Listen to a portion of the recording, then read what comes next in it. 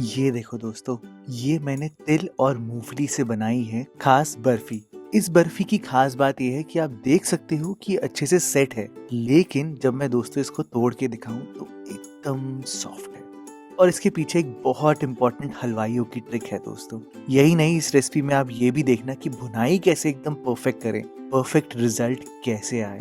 बहुत amazing recipe है दोस्तों। फिर देर किस बात की, चलो फिर शुरू करते हैं। अब दोस्तों, इस रेसिपी में जो सबसे मेन इंग्रेडिएंट है वो ऑब्वियसली तिल ही है। मैंने यहाँ पर 1 कप तिल लिया है, लगभग 150 ग्राम के आसपास है ये। मैं आपको कप्स के साथ साथ वेट में भी बताऊंगा, क्योंकि weight is the best measurement जिससे आप परफेक्ट रिजल्ट ला सकते हो। तिल की जो भुनाई है ना दोस्तों, वो आपने बिल्कुल लो फ्लेम पर आराम आराम से करनी है। गलती से भी हाई फ्लेम पर मत करना, आराम आराम से इसको कुक करना। हो सकता है कि आपको 10-12 मिनट लग जाएंगे इसको भुनने में, लेकिन फिर भी मैं यही सजेस्ट करूंगा कि गलती से भी हाई फ्लेम मत करना, एकदम हौले हौले इसको भुनते रहना। हलवाई जो ट्रिक करते हैं भुनते वक्त, वो ये करते हैं कि जैसे ही इसमें धुआं आने लग जाता है ना, वो गैस को बंद कर देते हैं। जो आपकी कढ़ाई की बची हुई हीट होती है उसको यूज करते हैं और ऐसे स्लो कुक करते हैं। ऐसे आपके तिल, मूंगफली सारे बहुत इवनली कुक होंगे। तो जैसे ही आपको धुआं दिखने लगे, आप गैस को बंद करना, कुछ मिनट के लिए हल्का सा रोस्ट और करना और फिर गैस ऑन करके भुनते रहना। मैंने दोस्तों इसी मेथड को अपनाया है और इसलिए मेरे तिल आप देख सकते हो बहुत इवनली भुने हुए हैं। मैं क्या करता हूँ, जब एकदम अच्छे से रोस्ट हो जाए तो गैस को बंद करके कढ़ाई में ही 5 मिनट तिल को छोड़ देता हूँ और उससे एकदम परफेक्ट रिजल्ट आता है दोस्तों। यही नहीं, आप मूंगफली भी देख सकते हो, मैंने उसमें भी यही मेथड किया है। मूंगफली में तो इतनी रेजिडुअल हीट थी कि वो कढ़ाई में पड़े पड़े भी उसमें से साउंड आ रहा था। एकदम अंदर तक मूंगफली रोस्ट हो गई थी। खैर, मेरी मूंगफली भी भुन के तैयार है, अंदर तक भुनी हुई है दोस्तों मूंगफली। तिल भी भुन के तैयार है और आप कलर देख ही सकते हो कि कितना परफेक्ट रिजल्ट है। अब ऐसे भुनना क्यों है, ऐसे भुनने से फर्क क्या पड़ता है? देखो, जितने भी ऑयल्स होते हैं ना तिल और मूंगफली में, वो इसको गर्म कर देते हैं और इसको कड़क बना देते हैं। और जितना ये कड़क होगा उतना ही इसका चूरा अच्छा बनेगा दोस्तों। तो ध्यान रखना दोस्तों, भुनने के बाद इनको ठंडा जरूर करना। अच्छे से ठंडे होंगे उतने ही कड़क होंगे और मिक्सी में जो आप दरदरा टेक्सचर चाहते हो ना, वो ऐसे ही आएगा। मूंगफली को आप अलग मिक्सी में ग्राइंड करना और तिल को आप अलग ग्राइंड करना। अच्छा, तिल में मैं क्या करता हूँ कि जानबूझ के थोड़ा सा तिल अलग से निकाल देता हूँ ताकि दिखने में अच्छा लगे, और बाकी तिल को एकदम पल्स मोड पे आराम आराम से करता हूँ। ये देखो दोस्तों, है ना एकदम परफेक्ट रिजल्ट। अब एक बड़ा सा बोल लेना और उसी में ही आप यहाँ पर मूंगफली का पाउडर, तिल का पाउडर अपना, उसके साथ साथ मैंने यहाँ पर 4 टेबलस्पून डेसिकेटेड कोकोनट डाला है, उससे फ्लेवर बहुत अच्छा आता है। थोड़ा सा मैंने यहाँ पर मिल्क पाउडर डाला है, आप चाहो तो आप स्किप भी कर सकते हो, लेकिन हाँ, मिल्क पाउडर से सॉफ्टनेस और बेटर आती है बर्फी की, तो अगर हो तो जरूर डालना। अब लास्ट में एक हलवाइयों का सीक्रेट आपको बताता हूँ, इसमें बहुत थोड़ा सा नमक डाल देना। हाँ? मतलब ऐसा हो एकदम चुटकी।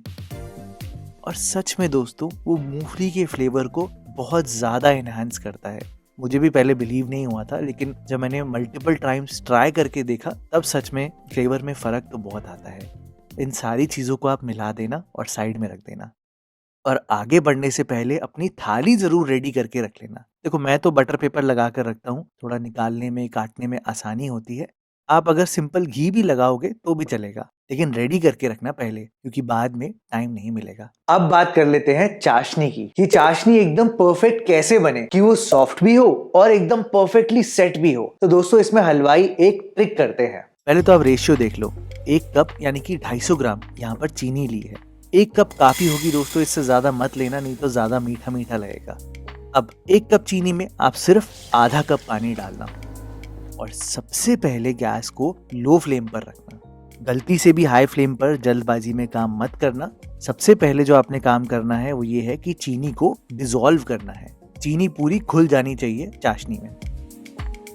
ये स्टेज जैसे ही आ जाए, फिर आपने दोस्तों अब गैस को हाई फ्लेम पर करना है और अब आपको सिर्फ 2 से 3 मिनट लगेंगे चाशनी बनने में।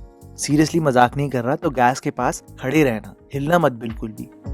मैं आपको थोड़ा बहुत टेम्परेचर से समझाने की कोशिश करता हूँ कि हो क्या रहा है। देखो, हाई फ्लेम पर जब हम कुक कर रहे हैं तो चाशनी का टेम्परेचर 100 डिग्री से ऊपर इतनी जल्दी नहीं आता। उसका रीजन ये है क्योंकि इसके अंदर पानी है और पानी 100 डिग्री पे ही बॉयल होता है ना। चाय में भी ऐसा ही होता है दोस्तों। जैसे ही इससे पानी गायब होगा तो यहाँ पर टेम्परेचर 100 डिग्री से ऊपर आने लग जाएगा। आप खुद ही देखो। और हमें पकाना है 110 डिग्री तक। मुझे पता है ये टेम्परेचर वाली चीज हो सकता है हर कोई कर ही ना पाए, तो आपको एक सिंपल सोल्यूशन बताता हूँ। जब 100 डिग्री के आसपास टेम्परेचर होगा तो आपकी जो चाशनी होगी वो बिल्कुल तेल की तरह लगेगी। ये देखो, ऐसे उंगली में कैसे फील हो रही है, आप देख सकते हो। जैसे जैसे चाशनी का टेम्परेचर बढ़ेगा इसमें तार आने लगेंगे। पहले एक तार आएगा जो कि पतला होगा और फिर 2 तार आएंगे। 2 तार माने की मोटी चाशनी। जब लगभग 110-112 डिग्री के आसपास होगा ना, आप खुद ही निकाल कर देखना। अब ये देखो कैसे चाशनी हल्की सी ठंडी होते ही गाढ़ी होने लग जाती है। ये तार को ध्यान से देखो दोस्तों। बस इसी तक पकाना है, गैस को बंद कर देना फटाफट से। अब ये देखो कैसे बह रही है चाशनी। बिल्कुल यही टेक्सचर चाहिए दोस्तों। 3 से 4 चम्मच आपने देसी घी डालना है।